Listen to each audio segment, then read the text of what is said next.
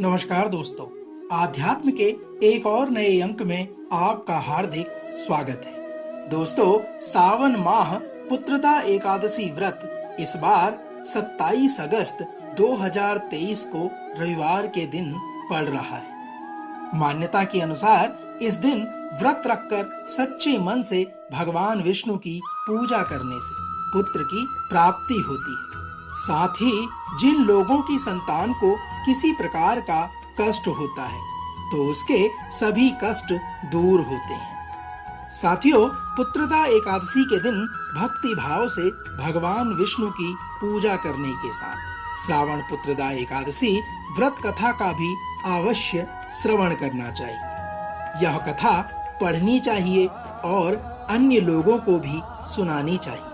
पुत्रदा एकादशी व्रत कथा सुनने या पढ़ने के बाद ही पूजा पूर्ण मानी जाती है। साथ ही श्रावण पुत्रदा एकादशी व्रत कथा सुनने से व्यक्ति के द्वारा किए गए जाने अनजाने सभी प्रकार के पापों का नाश होता है। आज के इस अंक में हम आपके बीच में भगवान विष्णु को समर्पित श्रावण पुत्रदा एकादशी व्रत करने जा रहे लोगों के बीच में उनके महत्व और उनकी कथा का वर्णन करने जा रहे हैं। तो आइए जानते हैं कि श्रावण पुत्रदा एकादशी व्रत में कौन सी कथा पढ़ें और किस कथा का श्रवण करें। दोस्तों, एक पौराणिक कथा के अनुसार एक बार धर्मराज युधिष्ठिर ने भगवान श्री कृष्ण से श्रावण मास के शुक्ल पक्ष की एकादशी के महत्व और उसकी कथा के बारे में जानने की इच्छा प्रकट करते हुए उनसे बताने का आग्रह किया कि इस श्रावण मास में किस कथा के प्रभाव से किस फल की प्राप्ति होती है। तब भगवान श्री कृष्ण ने कहा कि हे युधिष्ठिर, सावन के शुक्ल पक्ष की एकादशी श्रावण पुत्रदा एकादशी के नाम से जानी जाती है। श्रावण पुत्रदा एकादशी व्रत रखने वाले को इस कथा को अवश्य पढ़ना और सुनना चाहिए। भगवान श्री कृष्ण ने कहा, हे युधिष्ठिर, द्वापर युग में एक महिष्मती नगर था जिसका राजा महिजीत था और उसे पुत्र न होने के कारण बड़ा ही दुख रहता था। राजपाट भी उसे अच्छा नहीं लगता था। वह यह मानता था कि जिसका पुत्र नहीं है उसे लोक और परलोक में कोई सुख प्राप्त नहीं होता। उस राजा ने कई उपाय किए किंतु उसे पुत्र की प्राप्ति नहीं हुई। हे युधिष्ठिर, जब वह राजा वृद्ध हो गया तो एक दिन सभा बुलाई गई और उसमें प्रजा को भी शामिल किया गया। तब राजा ने अपने मन की व्यथा को कहा। उसने कहा कि वह पुत्र न होने के कारण अत्यंत दुखी है। उसने अपने जीवन में कभी भी दूसरों को दुख नहीं दिया। प्रजा का पालन अपने पुत्र की तरह सदैव किया है। इसके बाद भी उसे पुत्र की प्राप्ति नहीं हुई। राजा ने कहा, ऐसा क्यों है? और राजा के प्रश्न का हल ढूंढने के लिए उसके मंत्री और उसके शुभचिंतक जंगल में ऋषि मुनियों के पास चले गए। तब एक स्थान पर उनको लोमस मुनि मिले। उन सभी ने लोमस मुनि को प्रणाम किया।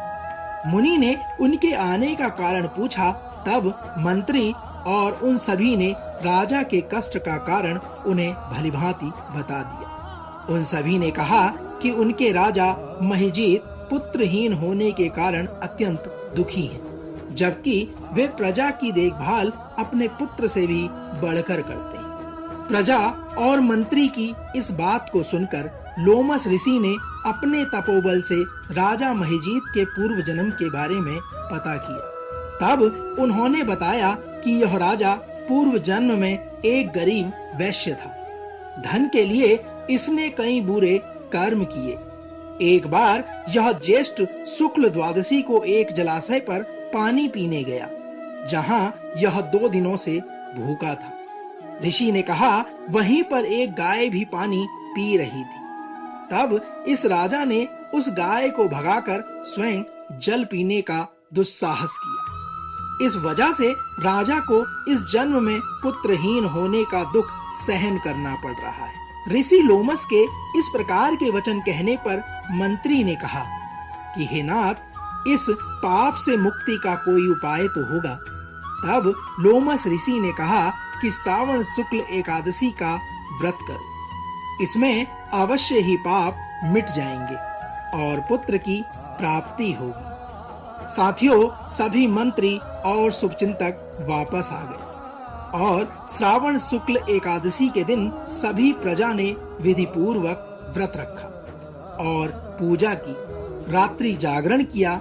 इसके बाद सभी ने श्रावण शुक्ल एकादशी व्रत के पुण्य फल को राजा को प्रदान कर दिया।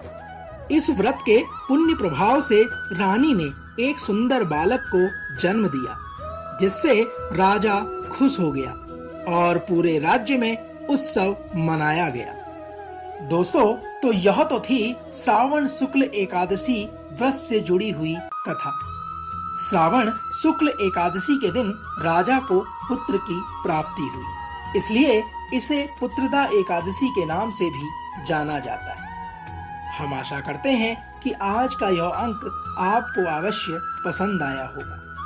कल एक और नए अंक के साथ फिर आपसे होगी मुलाकात।